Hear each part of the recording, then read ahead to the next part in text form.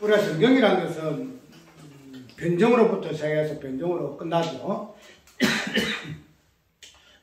왜 변정으로부터 변정으로 끝나는가 하면은, 변정은 그 반대의 개념을 새롭게 원리에 따라서 새롭게 세우는 부분을 하기 위해서 변정의 논리를 펴는데, 그렇게 하기 때문에 예수께서 이 땅에 오셔서 유대인들과의 그 변정을 통해서 하나님의 진리가 어떤 것인가 하는 부분 보여주는 것으로 우리가 예수님의 어떤 말씀의 교훈을 이해를 하지요. 그리고 될 것 같으면 우리가 변정을 한다는 이 부분에서 다양한 개념이 나오는데, 첫째는 어떻게 되겠죠? 그 부분에 대해서 정확한 판단이 되어져야 되겠죠. 그 다음에 그 판단이 되어지게 되면은 그 판단의 일부가 어떻게 나오는가 하면은 하나의 정죄의 개념으로 나오죠.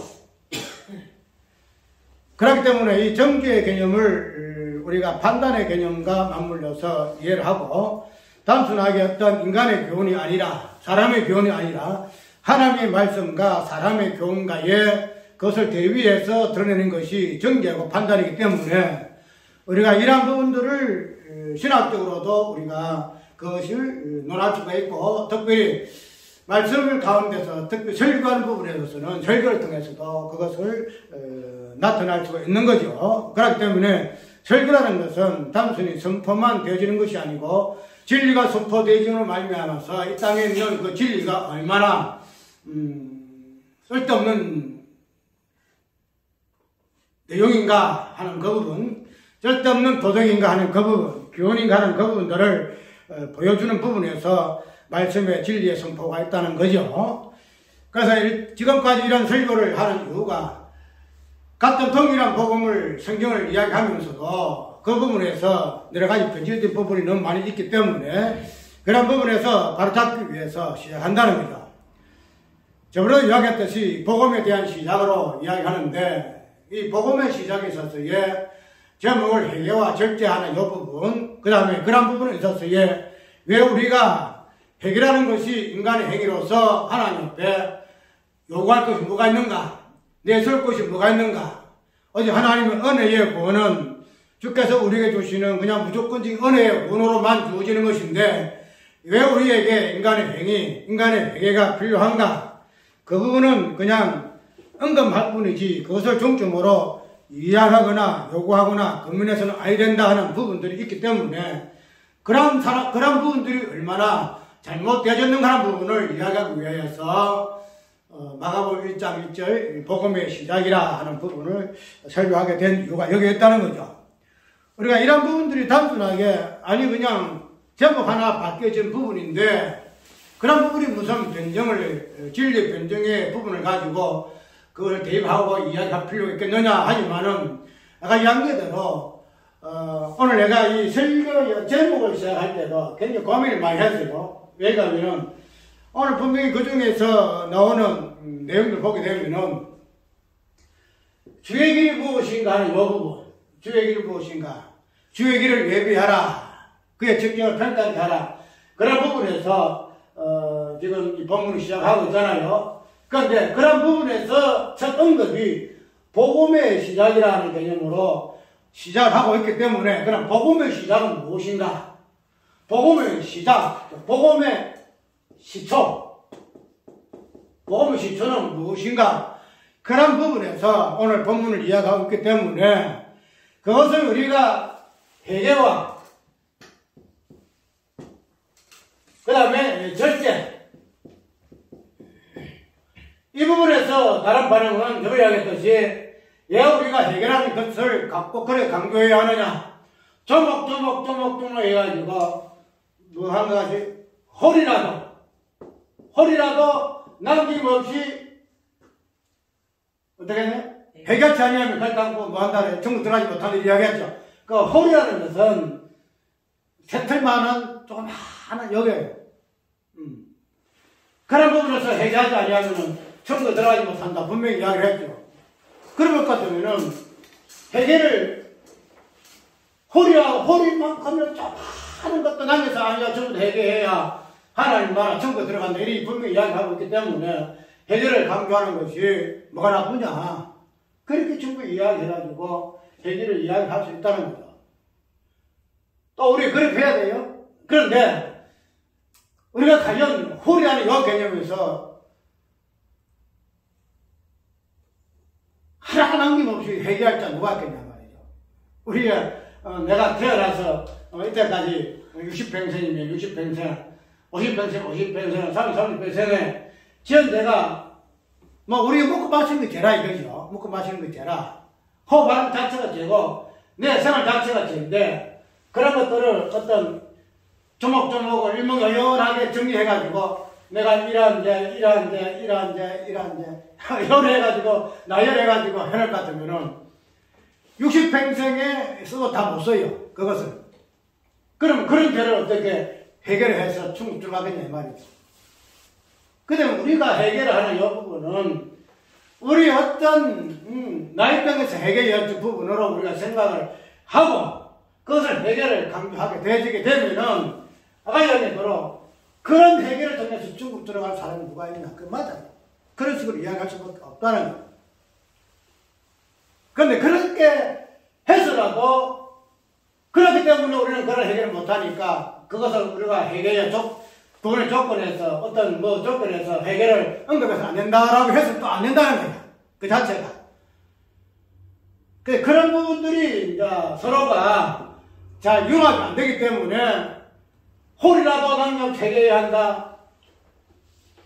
그런 해결을 할 수가 없으니 우리가 그런 해결을 강조해서 안 된다. 이렇게 나눠준다는 거야. 그걸 절충해야 하는데 그 절충의 기준이 뭔가, 그 기준이 뭔가. 그 부분을 내가 이야기하기 위해서 수요일날 잠깐 하다가 이 부분을 주일날에 지금 하는 거예요. 하는 건데 어쨌든 뒤에 나오는 이 부분들이 해결하라 제3의 그 세례의 이 부분들을 이야기하고 있는데 이게서의 나가는 무엇으로 이야기하고 있어? 이 부분을 복음의 시작으로 이야기를 한다는 거예요. 복음의 시작으로. 우리가 복음의 시작이라는 이 부분은 마가복음에서 나오는 그 생산 개념이에요. 그냥 복음은 복음이지 무슨 복음의 시작이 있나. 그냥 하나의 어떤 마가복음을 쓰기 위해서 그냥 처음에 서론적인 입장에서 복음의 시작이라는 이야기를 했지. 복음의 시작이란 말은 그렇게 우리가 일단 그냥 생소하게 우리가 일상적으로 쓰는 그런 내용이 아니다 말이죠. 그런데 어쨌든 마가는 이런 부분에서 복음의 시작이야 이 부분을 보고 있기 때문에 그럼 과연 복음의 시작이라는 것은 즉 다른 말로 복음의 시초인데 시초. 그럼 복음의 시초가 과연 무엇인가? 그리고 이런 부분에서 언급하는 부분이 회개에 그 다음에 강약 이 부분들이 다 이게 나오잖아요. 이런 부분에서 복음의 시작은 어떤 개념으로 이렇게 서술되고 지금 해석이 되어지는가 설명이 되어지는가 하는 이 부분이 우리가 한번 살펴봐야 한다는 거죠. 왜 그런가 하면은 모든 것은 사물에서도 시작이 있어요. 모든 시작. 사물에도 시작이 있고 존재에 있어서도 시작이 있어요. 모든 것 시작이 있어. 그래서 예수님은 모든 만물의 알파와 오메가 하는 그런 부분에 처음과 나중이나 이런 부분을 이야기하고 있는데 어떠한 처음과 나중이라는 어떤 개념적인 어떤 문자적인 그런 부분에서 처음과 시작이 아니고 그 다음에 마지막이 아니고 우리가 모든 근원적인 부분에서 시작이라는 개념을 예수님의 그 실존을 통해서 이야기하고 있기 때문에 그런 부분으로 우리가 복음의 시초가 무엇인가 하는 이 부분들을 우리가 살펴볼 부분이 있다는 거죠. 단순히 예수님은 처음이요 나중이니 그런 부분에서만 우리가 이해하지 말고 예수님의 그 존재 자체가 실존 자체가 복음의 어떤 의인화적인 부분이기 때문에 그런 부분에서 예수님이 알파와 오메가일 것 같으면은 복음에 있어서의 시작과 마지막은 과연 무엇인가 하는 부분도 우리가 살펴볼 것인데 이런 부분이 오늘 마가복음에서는 무엇으로 회개와 강야와 제3의 세례라는 이 부분을 가지고 이야기를 하고 있다는 거죠. 그렇기 때문에 이러한 관점에서 오늘 복음의 시작이 과연 무엇인가 하는 부분 우리가 봐야 됩니다. 우리가 이 땅에서의 시작은 무엇으로부터 시작하죠? 이 땅 하나님이 천지를 창조하는 것으로부터 시작해서 시작이 되잖아요. 시작되잖아요. 그 시작의 출발은 창조 전의 세계에서 영원사회에서부터 그 부분이 시작이 되지고 있지만, 그러나 시간적으로 공간적으로 그 시작이라는 개념은 창조의 세계에서부터 시작이 되긴다는 거죠. 그렇기 때문에 우리가 이 창조의 세계에서의 그 시작을, 그것을 시작의 근원으로, 시작으로 볼 것 같으면은 이것을 무엇으로 우리가 모두 해석하잖아요. 창조를 어디서 우리가 해석만 하잖아요. 하나님의 나라, 그러면 창조의 언약으로 이야기하고, 천국으로 이야기하고, 모두 이야기하고 있잖아요. 그러면은 첫 창조의 이 모든 세계가 모든 것의 시작인데, 그 시작의 출발이, 개념이 뭐냐면은 복음의 시작이다, 이렇게 이해를 할 수 있다는 거예요. 복음의 시작. 그런데 우리가 이 시작의 개념을 단순하게 어떤 시간과 공간의 개념에서 시작의 개념을 이야기하고 있지 아니하고, 이 시작을 무엇으로 이야기를 하고 있는가 하면은, 오늘 1장에서 쭉 읽었는데, 그래서 나오는 개념을 보게 되면은, 땅의 개념이요, 땅의 개념. 땅의 개념이 나오고, 여기에서 강야의 개념이 같이 나오잖아요. 강야의 개념. 그러면은, 아까 이야기도 우리가 첫 창조의 어떤 세계를 시작의 기점으로 본다 할 것 같으면은, 그 자체를 우리는 무엇으로 봐야 되죠? 첫 창조의 모든 세계를 땅의 개념으로 우리가 이해를 해야 한다는 거예요. 왜냐하면, 첫 창조 전의 세계는 하늘의 개념이고, 그죠? 하늘의 개념. 우리가 첫 창조를 하고 난 뒤에, 그 안에서도 하늘의 개념이, 공창의 개념이 있고, 땅 개념이 분명히 있어요. 그거는 첫 창조를 통해서라도 땅이 있고 하늘이 있다는 것을 보여주기 위해서 공창이라는 개념이 있거든요. 그래가지고는 첫 창조와 창조 전의 세계와 창조 후의 세계를 나눌 것 같으면은, 창조 후의 세계를 땅의 개념으로, 창조 전의 세계를 무슨 개념으로? 하늘의 개념으로 나눌 수 있다는 거죠. 그래서 이러한 부분에서 창조 후의 세계를 땅의 개념으로 이해해서 이것을 무엇으로 이야기한다? 복음의 시작으로 이야기하고 있다 할 수 있다는 거죠. 우리가 이 창조의 개념, 즉 우리 복음의 시작으로서의 창조의 세계를 땅의 개념으로 이해하는데, 이 땅의 개념 속에서 나타나는 사건화된 부분들이 뭔가 하면은, 강야에서는 뭐가 생기죠? 강야에서는 우리가 강야 개념을 뚜렷이 표현하고 있는 개념이 이스라엘 백성들이 출애굽을 하는, 그래서 가나안 땅을 지날 때 강야 그 40년을 우리가 강야라 이야기하고 있잖아요. 그래서 이 강야를 이야기할 때에 땅이라는 개념이 창조 후에 그 모든 전체를 땅의 개념으로 이해를 하고, 그것을 근본으로 세석해서 강야의 개념이 무엇인가를 우리가 정확하게 이해하기 위해서는 이스라엘 백성들이 출애굽을 해서 가나안 땅으로 가는 그 40년의 그 여정, 그 모든 그 땅의 그 지형, 그 부분을 우리는 강야라 이렇게 이야기를 한다는 거다. 그렇게 되면은 이 강야의 부분에서 아까 복음의 시작으로 우리가 출발 잡았잖아요. 복음의 시작이 무엇인가? 지금은 복음의 시초, 복음의 개초가 뭔가 하는 이 부분을 우리가 강야의 개념으로 우리가 잡았잖아요. 강야의 개념으로.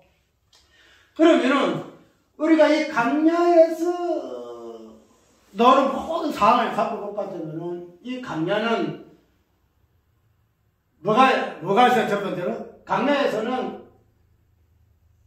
우리가 뭐 다른 것도 다 제껴놓고 꼭 제가 먼저 발생해요. 제가 발생하는 것이 이 강야예요. 그 다음에 이 강야에서 그 다음에 어가 발생하는 것이 강야예요. 강야. 그러면 우리가 이 이스라엘 백성들 그 40년 동안서에 저번에 한번 이야기했듯이 우상숭배라든지 간음이라든지 뭐 원망 불평이라든지 이런 것들이 이스라엘 백성들 강야에서의 드러나는 그 지향성이라 이렇게 이야기를 했잖아요. 그러면은 이 강야의 개념은 무슨 개념인가 하면은 죄를 드러내기 위해서 필수적으로 주어질 수밖에 없는 개념이 강야의 개념이더라. 강야의 개념이더라. 죄가 드러나게 되면은 동일하게 뭐가 또 드러나요? 어가 드러나는 것이 그 죄와 어가 하나잖아요. 그렇기 때문에 이 강야의 개념은 특별히 이스라엘 백성들이 가나안 땅에 들어가기 전에 너희들의 본질적인 너희들의 그 존재의 본질은 뭔가 하면은 강야다. 강야에서 드러날 수밖에 없는 우상숭배할 수밖에 없는 존재고 가늠할 수밖에 없는 존재고 뭐 불평, 원망, 하나님 시험할 수밖에 없는 존재가 너다. 그래서 하나님께서 이 강야에다가 사실을 또 집어넣잖아요. 집어넣어서 출애굽을 속에서도 이스라엘의 그 본질이 무엇인가를 알게 하신 그 하나님이 이제는 가나안 땅을 들어가시기 전에 강야 생활 속에서의 표적적으로 출애굽에 있을 때에 그들이 지었던 그 죄, 이방인의 죄, 이 세상의 죄, 그분들을 그 흔적을 강야 생활을 통해서 하나하나 덜쳐내는 것이 이스라엘 강야 생활의 모습이더란 말이죠. 그렇게 되면은 우리 아까 이야기했던 이 강야의 개념은 이스라엘의 역사 속에서 드러나는 실제적인 역사의 하나의 현장이잖아요. 현장이지만은 이런 것의 강야의 출발은 첫 근원은 어딘가 하면은 하나님께서 창조 전의 세계에서 창조 후의 세계를 이제 조성하는 그런 땅을 조성하는 그런 관점에서 강야의 개념이 나오잖아요. 그러려면 우리가 첫 창조 세계에서의 제일 먼저 나오는 것은 뭐잖아요? 선악과 개념 속에서 뭐가 나오잖아요? 제가 나오죠. 그래서 제가 처음 들어와요. 뭐 저 밖에 있다가 이제 창조 시대 제가 들어오잖아요. 그런데 우리가 이런 부분을 통해서 첫 창조 세계에서의 그 땅의 개념에서 그 강야에서 하나님께서는 선악과를 통해서 아담과 하와의 그 본질을 드러내는 것이 선악과 사건이잖아요. 그러니까 첫 창조 속에서도 그 땅의 개념, 강야 개념 속에서도 죄가 드러난다는 거예요. 그러니까 복음의 시작이라는 것은 뭐인가 하면은 복음은 그냥 하나님께서 예수님 우리에게 구원해 주셨다 하는 그런 관점에서 복음을 전체적으로 우리 해석을 하는데 아까 여기 모든 것에서 시작이 있어요. 시초가 있어요. 시초. 시초가 있어요. 그러면 그런 구원의 복음의 그 시초, 그 시작이 과연 무엇인가 하는 이 부분을 우리가 오늘 마가복음 1장 1절에서부터 쭉 이 강야의 개념 속에 세례의 제3의 세례의 선포를 통해서 우리가 복음의 시작이 과연 무엇인가 부분을 한번 발표해내야 한다는 거예요. 한번 살펴보아야 한다는 거예요. 그러면은 이런 강야에서 드러날 수밖에 없는 것이 죄라는 거예요. 죄. 우리가 신앙생활을 한다는 것도 복음을 통해서 구원받았기 때문에 신앙생활을 하잖아요. 그러면은 우리 개인적으로도 신앙생활을 하는 것도 다 시작이죠. 처음부터 그냥 어머니 뱃속에서부터 유아세를 받고 이리 나와가지고 그냥 이렇게 하는 사람도 있겠지만은 그러나 예수 믿지 아니하다가 특별한 어떤 동기부여가 돼가지고 예수 믿게 된 사람도 있단 말이죠. 그러면은 다 그 사람들에게 신앙의 시점이 있어요. 시작이 있고 그런 부분을 보게 되면은 우리가 신앙의 시작이라든가 복음의 시작이라 이 부분을 강야의 개념 속에서 무엇으로부터 우리가 이해를 하죠? 제 개념으로 우리가 이해를 한다는 거예요. 제 개념으로. 그러면서 우리가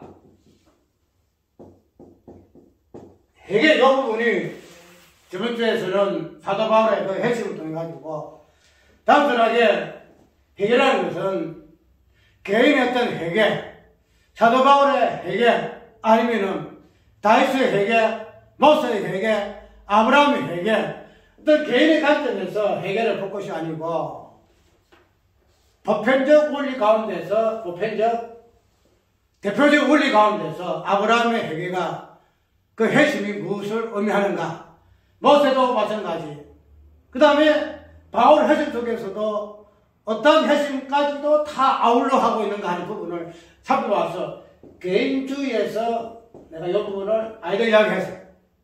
개인의 입장에서 우리가 회개를 이야기하고 회심을 이야기하게 되게 되면은 모든 것이 개인에게 적용될 수밖에 없다. 이렇게 이야기했죠.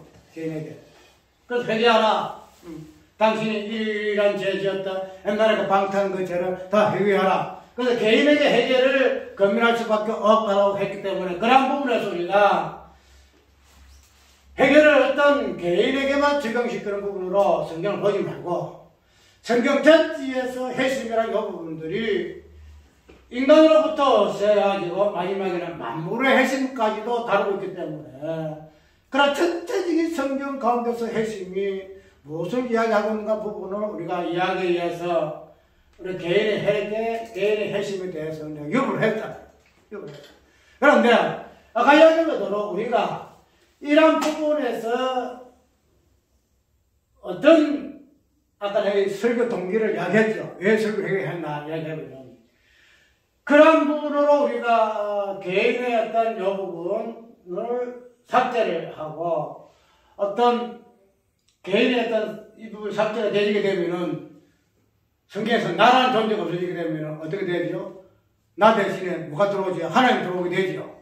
하나님이 들어오게 되게 되면 하나님의 또 구속이라든지 하나님의 일하심이라는 이 부분을 이야기를 한다는 거죠.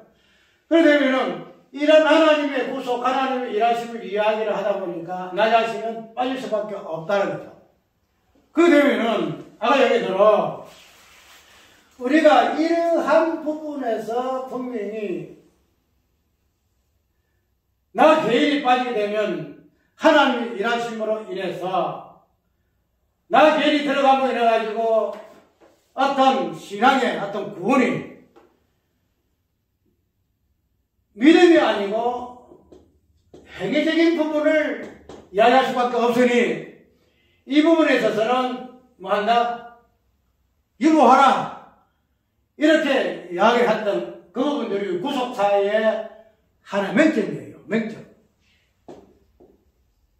그렇기 때문에 믿음을 강조하다 보니까 회개적인 이 부분이 자연히 그냥 그래서 이 부분을 가지고 다른 일반 뭐 감리교라든지 그 암리주의 그 신학을 가진 그 현대주의 자유주의 신학에서는 이 부분들을 굉장히 공감하잖아요. 그 부분에서 선택적인 부분에서 하나님이 왜 야곱을 미워, 야곱을 사랑하고 에서를 미워했노? 거기 왜 하나님 그 공평이고 공의로신 하나님이 통일하게 사랑해야지 왜 누구는 사랑하고 누구는 미워하고 이건 하나님 공의가 아니다. 공평하신 하나님 아니다.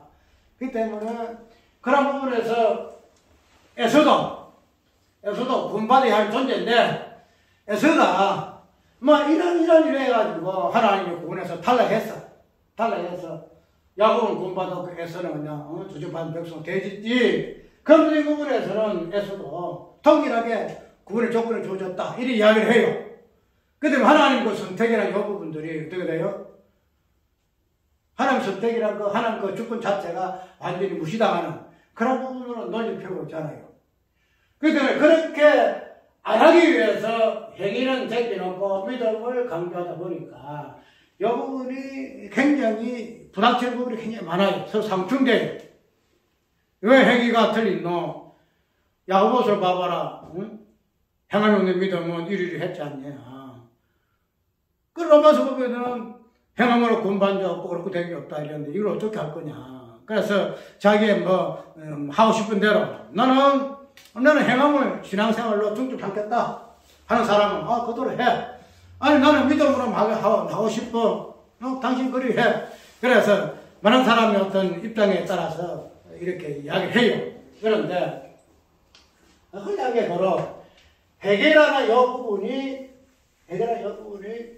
시작이라는 거죠. 시작이라는 그 부분이고, 우리가 구원이라는 이 부분도 마지막에 만물의 구원도 있지만 이 구원이라는 이 관점이 개인의 어떤 이 부분에서 시작을 해요. 예를 들어. 그래서 이 개인으로부터 시작해가지고 마지막에는 그리스도의 몸이라는 교회론적인 관점으로서 학교의 공동체 개념으로 우리가 합정되잖아요. 그 때문에 이러한 개인이라는 그 시작이라는 이 관점 속에서 개인의 입장을 한번 생각해 볼 것 같으면은 이 복음의 시작으로서의 개인 입장에서 시작이 무엇을 의미하는가 하는 부분을 보게 되면은 이것이 무엇이다? 해결하는 이 부분에서 이야기를 하고 있다. 해결하는 이 부분을 이야기하고 있다. 그러니까 우리가 단순히 이것을 개인의 어떤 문제다, 아니면 공동체적인 문제다, 아니면은 뭐 만물적인 그런 관점에서 문제다, 이렇게 서로가 막 이것저것 따지고 이야기할 것이 아니고 해결하는 이 부분을 복음의 시작으로 볼 것 같으면은 이 부분을 성경에서는 어떻게 이야기를 하고 있는가? 오늘 특별히 본문 속에서는 이 부분을 어떻게 설명하고 있는가 하는 부분을 한번 살펴보고, 그래서 개인의 해결로부터 시작해가지고 공동체 해결로부터 시작해가지고 마지막에는 만물의 해결에까지도 우리가 종합적으로 살펴보고 설명할 수 있어야 한다는 거죠. 그래서 시작이라는 이 부분을 오늘 한번 살펴보고, 이 부분이 해결로부터 시작된다 할 수 있는 이유가 뭐 때문에? 우리는 강렬하는 존재 속에서, 땅의 존재 속에 사는 존재이기 때문에 강렬은 죄를 유발할 수밖에 없다. 죄를 생산할 수밖에 없다. 그 죄가 생산되어지고 드러나게 되면은 필요한 것이 뭐예요? 회개. 죄가 있는데 회개가 있어야 되지 않아요? 그래서 우리가 이 부분을 복음의 시작으로 이해를 할 수가 있다. 그래서 이게 나중에는 주의 길까지도 확장이 되어지는데, 간단하게 그럼 오늘 본문 속에서 나타나고 있는 죄가 무엇인가, 해결가 무엇인가, 이 부분을 한번 마가복음에 기록되어 있는 그 내용부터 한번 살펴보려고 해요. 강렬에서 세례 요한이가 지금 선포하잖아요. 회개하라, 이리 선포를 해요. 그런데 이 세례 요한의 일단 강야에서 회개하라, 강야의 소유로서 성경은 세례 요한을 설명하고 있는데, 그런데 이 강야에서 선포하고 있는 세례 요한의 이 모습을 볼 것 같으면은 이 모습 자체를 어떻게 이야기를 하고 있어요? 그러니까 자, 요한은 약대 털옷을 입고 약대 털옷을 입다, 이런 이야기를 하죠. 이 부분이 지금 단순하게 세례 요한의 어떤 모습을 설명하는 것이 아니고, 약대 털옷을 입고 약대 털옷을 입다는 거죠. 약대 털옷을 입고, 그 다음에 가죽띠를 띠고, 그 다음에 메뚜기 새처럼 혁정을 먹더라, 이렇게 표현을 하고 있어요.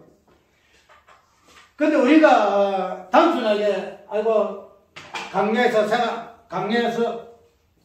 생활하는 세례 요한의 모습은 이러한 모습이구나, 이렇게 보통 생각하고 그냥 넘어가지만은, 여기 강야에서의 이 세례 요한의 모습을 이렇게 언급하고 있는 모습을 볼 것 같으면은 이 부분이 무엇을 이야기하는가 하는 것들이 연관되는 부분이 있어요. 창세기 25장을 볼 것 같으면은 이 세례 요한의 모습하고 비슷한 인물이 나와요. 창세기 25장을 한번 볼까요?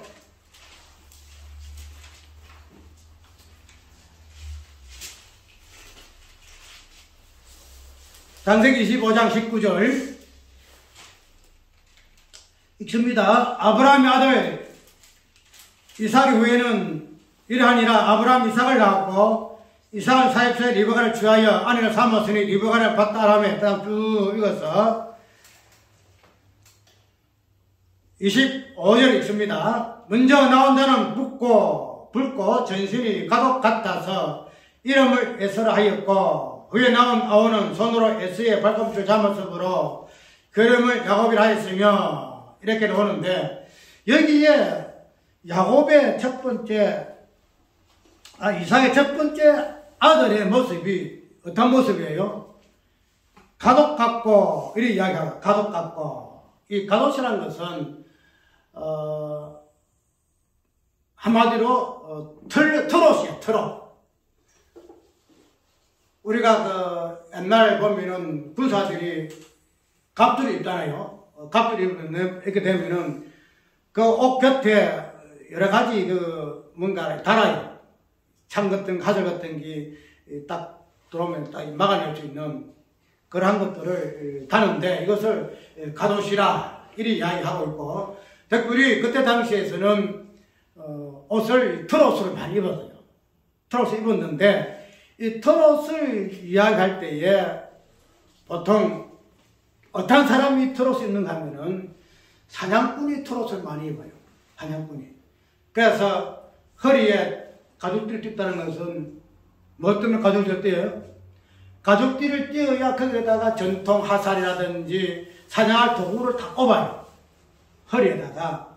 우리가 또 목수들이 보게 되면은, 목수들이 허리띠가 딱 있거든요. 그 다음에 거기에다가 벤치도 들어가지요. 뭐 다양하게 들어가. 그래서 필요한 것마다 다 빼가 써요. 그래서 가죽띠를 띄어요. 그 때문에 사냥을 하기 위해서는 이 가죽띠를 떼는 것은 필수고, 그리고 뭐가 돼요? 강야에서 생활하기 때문에 트롯은 강야 춥거든. 추워서 그냥 트롯 입지 않으면은 시키면 감기 들어요. 생활하지 못해요. 트롯을 입어야 되지. 가죽띠를 띄어야 되지. 뭐예요 또? 묻는 것은 어디 밥을 먹을 수 있어요? 에서가 얼마나 배가 고팠으면은 야곱이가 팥죽 한 그릇 보고 한장해가지고 장자명물 팔았겠어. 왜냐하면은 강야에서 먹을 거 없어요. 먹을 것이. 그래서 바위 속에서 나오는 꿀, 석정, 그 다음에 그 돌아다니는 메뚜기, 짐승들, 이런 것을 먹을 수밖에 없는 것이 강야의 생활이에요. 그런데 그런 부분에서 이 에서의 모습이 강야에서 생활하는 자의 모습으로 표현되고 있거든요. 그런데 왜 이 모습으로 이 야곱의 아들, 이삭의 아들 첫 번째 모습이 설명되어 있을까? 그리고 왜 이 모습이 세례 요한의 모습으로 표현되어지고 있을까? 아니, 이 부분은 그냥 딱 맞아 떨어졌으니까 그렇겠지. 강야니까 그렇게 생각할 수밖에 없으니까 그렇게 오를 수밖에 없겠지. 그렇게 이야기하잖아요. 근데 그렇지 않다는 거야. 그때 보게 되면은 에서가 이런 옷을 입고 그 다음에 야곱은 그런 옷을 입지 아니하게 된 이유가 있어요. 무슨 말인가 하면은 우리가 27장을 읽어볼까요? 창세기 27장.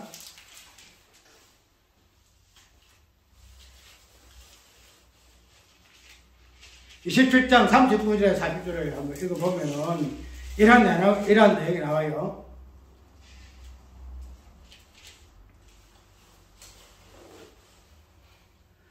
그 아비 이삭이 그에게 대답하여 가로되 너의 주소는 땅의 기름짐에서 뜨고 너희는 하늘 이슬에서 뜰 것이며 너는 칼을 믿고 생활하겠고 내 아우로 생길 것이며 내가 매임을 벗을 때에는 그 명예를 내 목에서 떨쳐버리라.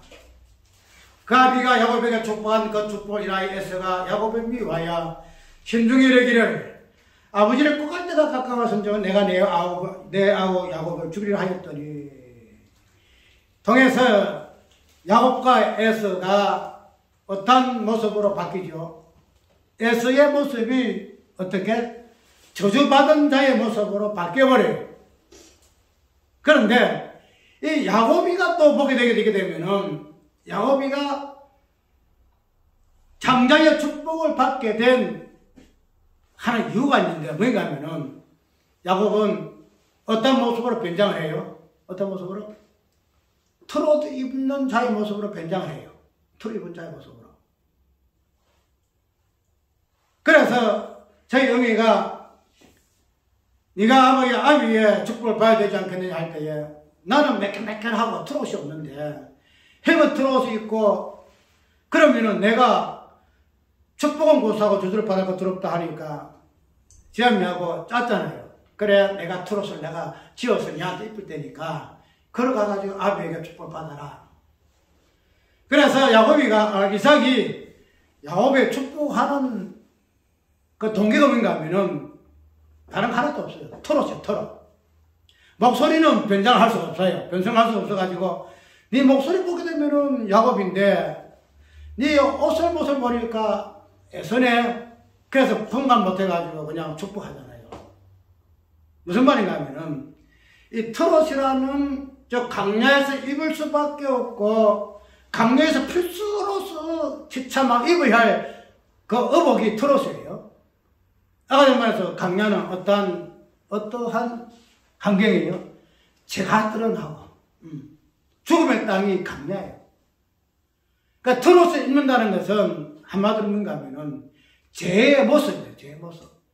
나는 강야에서 생활할 수밖에 없고 강야에서 생활하지 아니하면 죽을 수밖에 없는 존재가 발언합니다. 그것을 표현하기 위해서 트롯을 입어요. 그 다음에 가죽띠를 띄어요. 그 다음에 뭐래요? 메뚜기와 석정을 먹어요. 그래서 트롯을 입은 자는 어떤 자다? 저주를 받은 자다. 저주를 받은 자다. 저 땅에 속한 자예요. 땅에 속한 자. 그런데 이런 땅에 속한 자로서 복을 받아야 되거든. 야곱이가 지금 복을 받아야 돼. 복을 받아야 되는데 트롯이 없이는 복을 못 받아.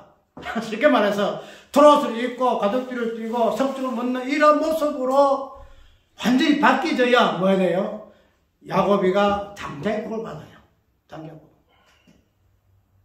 이것은 무엇을 의미할까요? 야곱에게 없는 게 있어요. 야곱은 뭐가 없어요? 야곱에게는 죄의 흔적이 없어요. 죄의 흔적. 트롯이 없어, 트롯이. 가죽띠도 없고 석정도 안 먹어. 그냥 맛있는 자기 어머니 장모성에서 생활하기 때문에 뭐예요? 자기 어미가 주는 진미 먹고 맛있는 거 다 먹고 사람이 이 야곱이라 석정 먹어보지도 못했어. 메뚜기 먹어보지도 못했어. 야곱에게는 죄인의 흔적이 없어. 죄인의 흔적이. 그래서 야곱이가 장자의 복을 받기 위해서는 죄의 흔적을 뒤집어 써야 돼. 죄의 흔적을. 틀어서 뒤집어 써야 돼. 나는 의리야. 나는 의리야. 나는 죄가 없어. 이런 모습을 가진 자로서는 장자의 복을 절대 못 받아요. 우리가 틀어서 있는 것을 무엇으로 표현해요? 해결아. 이래, 해결. 이것을 해결하 그래요.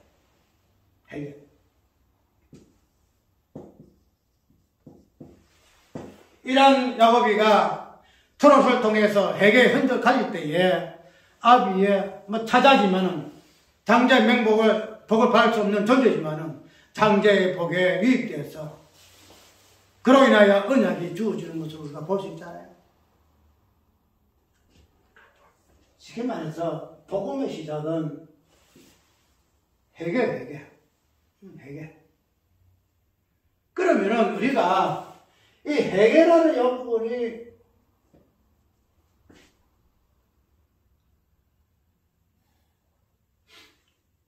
어떻게 설명해야 될까? 해결을 이야기할 때에 우리가 해결은 보통 우리가 내가 이렇게 합니다. 이렇게 이야기해서 해결을 하는데 해결하는 것은 무엇이 있어야 해결가 하면은 해결의 세례가 있어야 해결돼요. 그냥 해결되는 거 아니에요. 해결의 세례라는 세례가 해결이 덧붙여질 때에 그래야 진짜 해결의 개념이 나와요. 세례 요한이가 뭐 지금 하고 있죠? 해결하라. 이 새끼들아 독한 새끼들 해결하라. 이래 한다는 거야. 해결 세례를 선포한다는 거지. 그러면은 이 세례 요한의 이 모습이 아까 얘기한 대로 뭐예요? 죄의 흔적이잖아요. 세례요한의 모습이 죄인의 흔적이에요. 그러면은 이 죄인의 흔적이라는 이 세례요한의 모습은 어디에서부터 왔을까? 어디에서부터? 자기가 내가 이거 하고 싶어서 내가 얘기하잖아. 기록된 바. 이사야서에 하나님이 여호와께서 내 사자를 내 길에 먼저 보내겠다. 그래서 내 길에 예비하게 하겠다. 이렇게 하잖아요. 그렇다면 이 죄인의 흔적이라는 이 세례요한의 이 모습은 예수 그리스도부터 먼저 앞서 보낸 사자예요. 사자는 뭐예요? 우리 쉽게 말하면 우리 여교에서 말하면 대사잖아요. 대사는 대한민국을 대표하잖아. 그래서 대사관은 미국 대사관은 미국 땅이에요. 미국 땅. 그거 취업거리예요. 대사관도 마찬가지고 그 대사관도 취업거리예요. 한국 땅이 아니에요. 그 안에 들어가서는 미국 영토라. 한국을 못해요. 마찬가지로 이 사자가 그 개념인데 세례요한이가 예수님의 사자가 돼서 먼저 보내실 받을 것 같으면 그 모습이 어떤 모습이냐? 약다 토로스 입은 모습이더라고요. 약다 토로. 아주 그릇된 모습이고 맵디고 석지 없는 자의 모습이더라.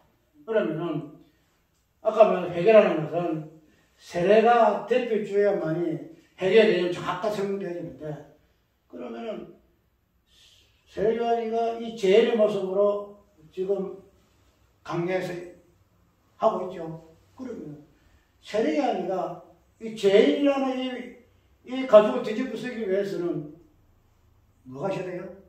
세례요한이가 세례가 있어야 돼요.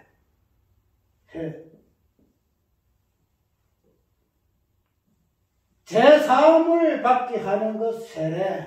이 세례를 사자로서 필수 조건이 있는가 하면은 사자. 예수님을 대표하는 사자, 먼저 본을 받는다로서는 이 제3을 받는 세례를 받아야 뭐 하세요? 세례를 받을 수 있어요. 내가 제3의 세례를 받지 아니하고서 절대 제3을 이야기하거나 세례를 베풀 수가 없어요. 그래서 이 세례요한은 예수님에게 뭐예요? 제3의 세례를 받은 자의 본질적으로 갖고 있는 존재가 이 세례요한이에요. 그것이 무엇으로 가능했죠? 세례요한은 엄마 태소로서부터 어떤 자요? 성령으로 충만한 사람이라. 성령 충만한 사람이라.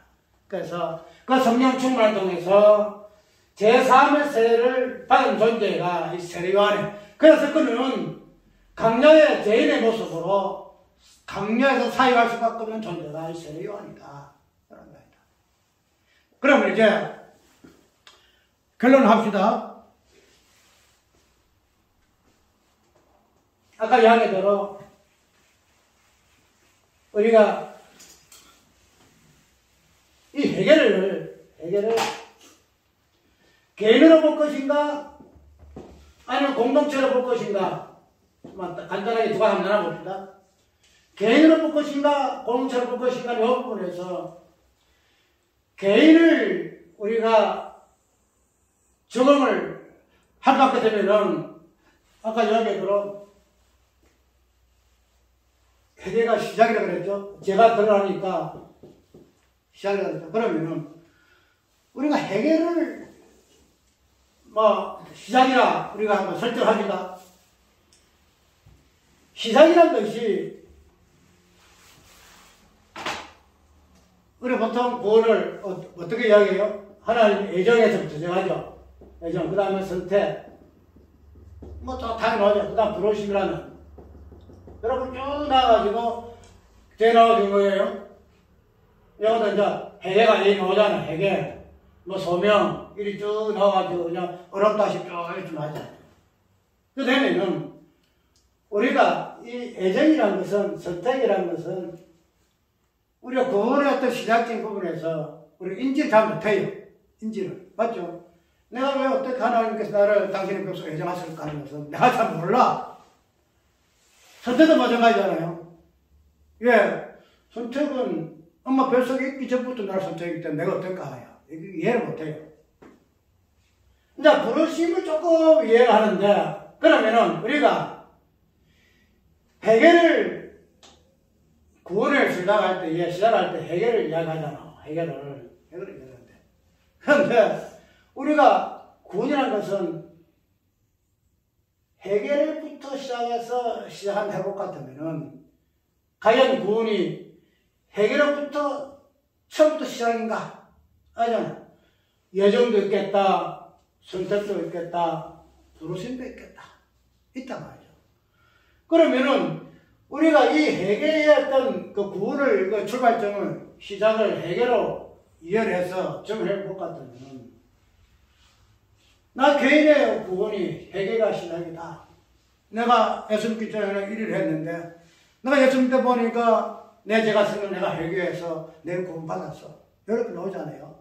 그 나와주는데, 그래도 우리가 회개를 나 개인 입장에서 구원으로 벌써 인지해가지고 설명을 많이 하는데, 그 성경에서 말하는 구원이라는 것은 시작이 이게서부터 이야기하고 있지 않다는 거야.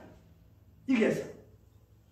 하나님의 예정과 선택과 섭리와 작정이라는 이 모든 부분에서 내 구원은 시작이 되지지. 그냥 이런 것이 딱 없고 그냥 회개에서부터 내 구원을 이야기하고 있지 않다는 성경은. 그런데 우리는 나 개인적인 해결을, 내 구원을 이야기할 때는 이 꼭 해결을 구원의 시작으로 벌써 인지를 많이 해요. 왜? 아까 얘기했던 예정과 선택은 내가 모르잖아. 지금 예수 믿지 않은 사람들도 뭐 내가 구원을 받았다고 모르잖아. 근데 어느 시점에 해결하는 요구를 통해서 나를 하나님 예정에서 선택해서 불렀었어. 이 구원을 이해를 하잖아요. 그렇기 때문에 이러한 회개의 개념을 우리 이때까지 나 개인의 입장에서 많이 생각했다는 거야. 많이 생각해서. 그렇게 됐기 때문에 이 세 가지 앞에 있는 요구들은 그냥 전부 다 무시되어지더라는 거야. 무시되더라. 우리가 시작이라는 그 죄의 개념에서 이 부분을 보게 되어지면은 회개가 필수이기 때문에 제가 들어가면 회개가 되지거든요. 그렇기 때문에 우리가 이 회개를 나 개인의 구원의 시작으로 보통 이야기하고 있지만은 다시 이야기해서 구원이라는 것은 여기서부터 시작되지 않는다. 하지 않다. 하나님의 애정과 선택, 이 부르심. 하나님의 애정이라는 이 부분도 내가 지은 제가 행성학적인 관점에서 제 개념을 이해할 때만에 개라할 개념이지만은 제 개념은 창세전부터 있다는 거죠.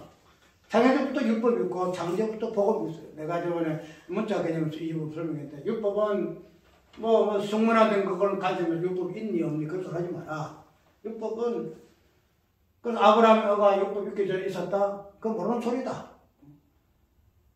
율법이라는 것은 그 모든 율법이 무엇인가 하는 것은 예수 그리스도를 통해서 율법을 안다. 복음도 아는 것이니 율법은 상세 후로 드러나 시간 공간 속에서만 이해할 수 있는 부분으로 율법을 오해해서 절대 안 된다. 이런 이야기를 했는데 그래서 아까 이야기했던 그런 부분을 볼 것 같으면 이 회개의 이 부분들이 너를 보니 현상학이다. 그런데 이러한 부분들이 하나님께서 계획하고 있는 모든 부분들은 이 죄의 어떤 본질적인 부분이 앞서 있기 때문에 애정이 필요하고 선택이 필요하고 부르심이 있고 그런 현상학적인 죄가 드러날 때의 회개의 부분들도 같이 주어지더라 이 말이에요. 그러면은 뒤에 이야기하고 없고 우리 이 개인의 회개를 개인의 구원을 갖추면서 보게 되게 되면은 아까 이야기한 대로 해결을 해라. 그 부분에서 하게 되면은 그다음부터는 해결을 해야 되니까 그다음에는 뭐가 돼요? 다양하게 우리의 행위적인 부분에서 구원에 근면하고 있는 내용들 해요. 설을 행해야 되고, 기도해야 되고, 무엇도 해야 되고, 해야 한다는 거야. 나가 이야기한 대로, 구원이라는 것은 해결의 관점에서만 출발할 것이 아니고, 개인의, 이 부분을 우리가 잘못된 부분을 이야기하는 거예요. 이 부분이 선택에서부터 시작할 것 같으면, 선택이라는 이 관점 속에서 제가 있기 때문에, 현상을 선으로 드러나는 내가 이 땅에 살았을 때 지었던 그 죄를 해결하는 그 부분에서 구원을 시작으로 봐서 그러니까 내가 해결했으니까 내가 구원받기 위해서는 이렇게 해야 된다라고 뒤에 나가서 안 된다는 거예요. 그러면은 아까 이야기대로 이렇게 하다 보니까 구속이라는 이 부분 하나님이 일하시는 이 부분이 쉽게 말해서 이제 하나님의 일하시기 위해서 되지. 뭐 그거 가지고 회개를 갖다가 강조하고 뭐 회개하는 중립산이 서로 이야기하냐 이런 말까지 나오게 되는데 이 양면성을 잘적으로 해야 한다는 거죠. 이 회개를 개인의 어떤 회개에서 공동체적인 부분으로 돌아본다 할 것이며 돌아봐야 할 것이고 그 다음에 아까 여기도 우리가 개인이 하는 이 부분에서 하나님의 일하심의 어떤 부분이 빠진다고 생각해서 절대 안 돼요. 개인과 하나님의 어떤 이 부분들이 서로가 뭐 겪으시고 있고 아무 상관이 없다 해서는 이번에서 이제 명점이 생기는 거예요. 무슨 말이냐면은 우리가 이 개인을 이야기할 때에 성경에서는 나 개인을 이야기하고 있는 것이 아니고 나 개인을 이 개인을 누구의 관점에서 개인을 이야기하는가 하면은 예수 그리스도라는 관점 속에서 개인을 이야기해요. 근데 우리가 말할 때는 나 개인을 이야기했던 나라는 존재 속에서 개인을 이야기하는 것을 이야기하잖아요. 그래서 성경에서 말하는 서인수의 교훈이나 근문이라든가 여러 부분도 나 개인에 대한 교훈과 근문을 이야기하고 있는데 성경에서 말하는 이 교인은 예수 그리스도 개인밖에 없다는 거예요. 예수 그리스도 그 교인. 그러면은 우리가 이 세례의 이 부분, 제의 이 부분도 자 개인이 제3을 받는 세례를 받잖아요. 받게 되면은 이 제3이라는 이 세례 그 자체가 우리는 내가 개인적으로 회개할 때에 제3 세례를 받은 거야. 그래서 나는 회심했다. 이 이야기 하는데 여기다로 이 개인이라는 부분은 예수 그리스도밖에 없기 때문에 예수 그리스도가 뭐예요? 제3의 세례. 이 제3의 세례를 받음으로 말미암아 개인적으로 해결하는 요 회심의 역사가 일어난다는 거야. 우리가 이걸 개인을 예수 그리스도는 이 개인을 빼고 나라는 개인을 삽입해서 개인은 나야. 그래서 내가 해결해야 되고 뭐 해야 되고 이런 부분에서 나 개인을 이해를 하고 인지했다는 거예요. 그런데 성경에서 말하고 있는 이 개인은 누구예요? 모든 성경에서 개인에게 일일이 이해하라 저래하라 모든 것들 저를 회개하라 누구를 이야기하고 있는가 하면 예수 그리스도 개인 이 한 분 예수 그리스도에게 제3이라는 제 회개라는 이 부분들이 선포되어지고 적용되어지고 성취가 되어졌다는 거예요. 그러니까 우리가 예수 그리스도께서 죄를 회개하고 보통 회개라고 해서 나라는 관점에서 많이 하잖아요. 우리 인간이 회개해야 한다. 이렇게 이야기하잖아요. 그죠? 사람이 회개해야지 하나님 회개할 거 뭐가 아니고 이렇게 이야기하잖아요. 근데 회개의 개념을 단순히 우리 인간의 어떤 행동적인 관점에서 회개를 이야기하게 되면 나라는 부분이 내가 죄 지은 하나 조목조목 이 부분을 하나 거론해가지고 하나 앞에 회개하는 것이 회개다 이야기할 수 있는데 죄라는 것은 죄의 본질적인 부분에서 회개를 이야기하잖아. 그러면 우리가 아까 얘기했던 회개가 나의 어떤 행동 하나 하는 것을 가지 그걸 죄로 이야기해서 그것을 하나 앞에 고백하는 것이 회개다 할 것 같으면은 아까 60평생에 내 사는 것 자체가 제 목록인데 그것을 일일이 허리를 남김없이 회개하려면 누가 있냐 말이죠. 없다는 거죠. 그럼 죄는 본질이야. 죄는 본질이야. 우리는 본질을 안고 있는 존재가 아니에요. 우리는 본질. 이 본질적인 죄의 어떤 부분을 고스란히 안고 있는 그게 뭐냐면은 예수 그리스도밖에 없다는 거예요. 예수밖에. 예수님만이 죄가 무엇인 걸 잘 알아요. 제가 이게 뭐 개인적으로 해결한다면 허리라 남김없이 해결할 수 있는 분이 예수밖에 없어. 허리라 진짜 머리털 예수님이잖아. 머리털도 세신밭에 없다. 아니잖아. 하나님께서는 머리털도 세신밭에 없는데 그 하나님이 허리의 죄도 모를까요? 우리는 몰라. 우리는 까먹기도 하고 내가 그걸 참 많이 느꼈어. 회개했다 생각하지만 그 다음 또 죄를 지어. 우리가 회개를 갖다가 할 때, 우리가 처음 지은 죄하면 회개, 그 이야기 안 하잖아. 마지막에 내가 저거 평생 동안 지을 때까지도 하나님 앞에 회개하는 것이 회개다, 이런 이야기 하죠. 그게 맞아요. 왜? 내가 짓지 않은 죄를 내가 어떻게 해결을 해? 근데 예수 그리스도께서 제 본질인 관점에서 당신이 회개하셨기 때문에, 제3의 세를 받으시고 회개하셨기 때문에, 그것이 개인 예수예요. 우리가 그 안에 들어감으로 말미암아 우리도 어떻게 돼요? 죄를 회개할 수 있다는 거야. 비록 호리의 죄는 아니더라도 그냥 하나님 내가 이런 죄가 생각나네요. 그러한 부분 회사적인 죄의 개념 속에서라도 해결할 수 있다는 거예요. 그것이 오늘 복음의 시작으로서의 강야가 무엇인가? 그것을 죄 개념 왜 드러나야 하는가? 그것을 왜 재산 받으라 회개하라는 이 선포가 드러날 수밖에 없는가? 우리가 주의 길을 이야기했죠. 주의 길은 마지막에 십자가의 길, 고난의 길. 우리가 찬송 부르잖아요. 이 십자가의 길, 고난, 그 예수의 십자가 길이잖아요.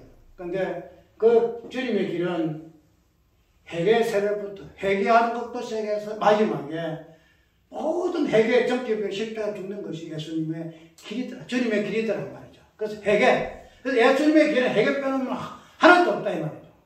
근데 우리는 회개는 우리가 하는 것으로 그래 내가 구원받는 것으로 이야기를 하고 회개하라 하고 그 뒤에까지 다 이야기하잖아. 예수님의 길은 회개, 강야의 길이에요. 강야의 길. 죄의 흔적들을 40일 동안 그 나오지 아니하는 그 처음부터 하잖아. 우상의 죄도 나오고 가림죄도 나오고 살다 보니까 별것 다 나와. 하나님을 시험하는 죄도 나오고 원망하는 죄도 나오고 불평하는 죄도 나오고 다 나오잖아. 그 예수님이 3년 반 동안에 사시면서 당신이 행하시는 것이 죄를 하나하나 드러내고 그 죄의 길에 흔적을 찾아서 지나시는 것이 주의 길이시다. 주의 길이다. 그래서 우리가 오늘 마가복음 복음의 시작에서 회개는 절제 하는 것이다. 그따 소리 하지 마라. 하지 말고 이 복음의 시작에서 강야에서 왜 사도 세례 요한이가 회개하라 이 부분을 선포할 수밖에 없고 그러한 자의 모습으로 강야에 들어올 수 있고 배뜨기가 있는 자의 모습으로 죄인의 모습으로 선포할 수밖에 없게 되었는가 하는 이 부분들이 마지막에 예수 그리스도의 모습으로 주의 길의 모습으로 표현되고 있다는 사실을 우리가 알게 되어지고 우리가 개인이 회개하는 그 부분은 이거 결론 지을게요. 아까 얘기대로 이 개인을 나 구원의 관점에서 개인 절대 제3 회개 이야기해서 안 돼요. 우리가 죄를 회개하고 죄를 회개했다는 이 부분은 천천히 해결하죠. 허리라도 죄를 못해야 회개하면 못하지만 죄를 해결해요. 근데 이 회개라는 것은 성령이 오셔가지고 회개하잖아요. 성령 세를 통해서 죄를 발견하잖아요. 그러면 이 성령은 어떤 존재예요? 우리가 죄를 회개함으로 통해서 성령이 우리 속에 계셔서 죄를 회개함을 통해서 절대 회개 아니에요. 아까 이야기했죠. 하나님의 일하심이 있고 우리 인간의 일하심이 따로 있어 우리 인간의 일하심이 없다. 이게 아니다 이 말이죠. 그것을 너무 나 개인의 진정한 성경에서 개인을 예수 그리스도로 빼고 나 개인을 이 땅에서 개인을 이야기하고 구원을 이야기하니까 이게 틀리다 이야기하지. 이런 나 개인의 성진 개인 속에서의 나 개인의 역할은 무엇이냐면 성령이 오셔가지고 개인적으로 예수께서 행하셨던 모든 일을 그대로 행하게 하신다는 거죠. 선택의 개념도 나 개인을 통해서 선택이 무엇인가, 예정이라는 것이 무엇인가, 부르심이 무엇인가, 제 회개가 무엇인가 하는 이 부분을 성령께서 개인을 통해서 성령이 말한 개인되는 예수 그리스도의 모든 것들을 증거하게 해. 보여줘. 그대로. 성경에서 말하는 회개가 제3이 이거야. 나라는 존재 통해서 내 제3 받고 회개하는 모습 통해서 예수 그리스도 개인의 회개와 제3이 무엇인가, 그의 의로우심과 그의 부르심과 그런 부분들을 나라는 존재를 통해서 성령이 다시 증거한다는 거죠. 이것이 우리 개인의, 나 개인의 존재 목적이고, 나 개인의 어떠한 설명하는 이유가 여기에 있다는 사실. 그렇고, 깨닫고, 성령은 나를 통해서 예수 그리스도의 모든 것, 예수 그리스도의 모든 것, 하나님이 일하시면 보여주는 존재로 나의 개인을 부르셨다. 나를 사도 바울과 같이 그런 사역자를 위해서 나를 세우셨다 하는 것이 성경에서 말하는 나 자아의 실존의 그 존재 목적인 것을 우리가 다시 한번 기억하고, 오늘 마가복음의 시작에서 왜 강야에서의 세례 요한의 모습과 그가 선포하는 내용이 죄를 회개하라 제3의 세례를 이야기할 수밖에 없고, 이런 개념이 진정한 강야의 실존되는 예수 그리스도의 그 모습 속에서 주의 길이 무엇인가 하는 부분을 새롭게 한번 정리하는 시간 되기 바랍니다. 찬송가